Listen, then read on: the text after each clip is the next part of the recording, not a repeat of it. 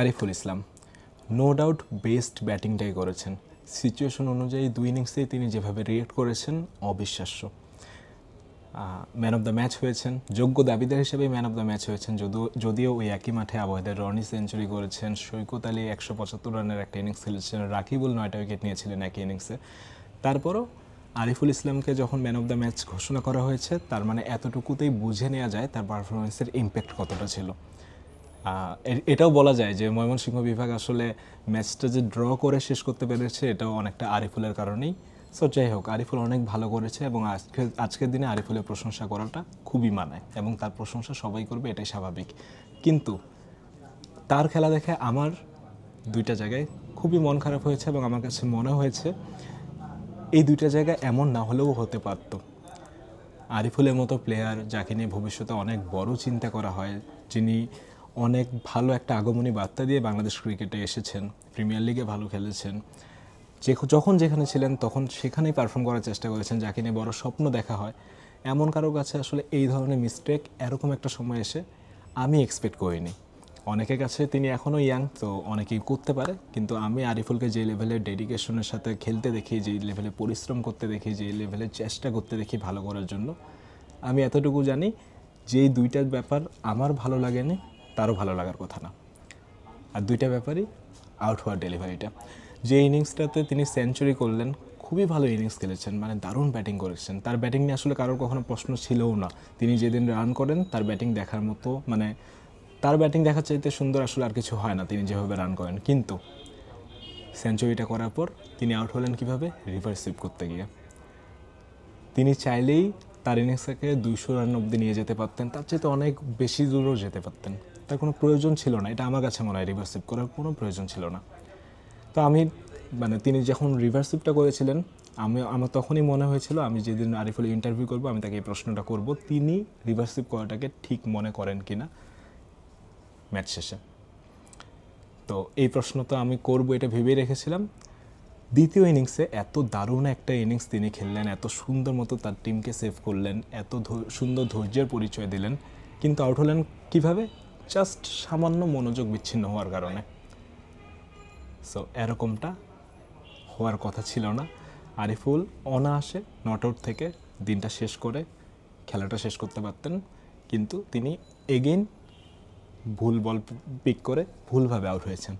আর আমার কাছে মনে হয়েছে 2টা আউট নিয়েই প্রশ্ন করা উচিত। ভালোকে যেমন ভালো বলা উচিত, সেই ভালোর মধ্যে যে ভুলগুলো আপনার চোখে পড়বে সেই ভুলগুলো নিয়েও আলোচনা হওয়া উচিত।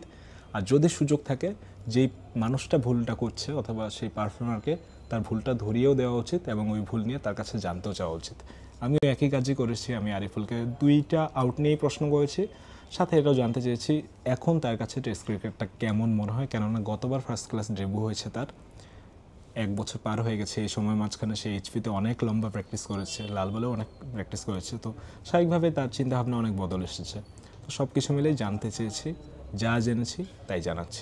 আরিফুল, প্রশ্ন আমার 3টা। প্রথম প্রশ্ন, সেঞ্চুরি করলেন আপনার, অফকোর্স এই উইকেটে আরও অনেক বড় একটা ইনিংস খেলার সুযোগ ছিল, রিভার্স সুইপ করে আউট গেলেন, মানে মাথায় কি চলতেছিল? অথবা আপনি এখন মনে করেন কিনা যে রিভার্স সুইপ করাটা ভুল ছিল, অথবা নাকি আপনি স্টিল মনে করেন যে না আপনি ঠিক করছেন? অনেস্ট আনসার, সত্যি বলতে আমি এটা নিয়ে যখন রুমে গেছি বা ঘুমাইতেছিলাম তখন একটা চিন্তা ভাবনা হচ্ছিলো যে আফসোস ছিল যে একে খেললেও মানে আরেক পরের দিন ছিল আরও 4-5টা ব্যাটসম্যান ছিল, যে কী বলে রনি ভাই ছিল, রাকিব ভাই ছিল, যারা খুব ভালো ব্যাটসম্যান। তো এটা হলো সত্যি বলতে ফার্স্ট ক্লাসে অনেক দিন পর আর কি এরকম বড় ইনিংস খেললাম, তো ওই জায়গা থেকে একটু মানে বোঝার যে একটা ইয়ে ছিল ওটা একটু মিস্টেক হয়েছে। বাট ইনশাল্লাহ নেক্সট টাইম এরকম অপরচুনিটি আসলে কখনোই ছাড়বো না আর কি।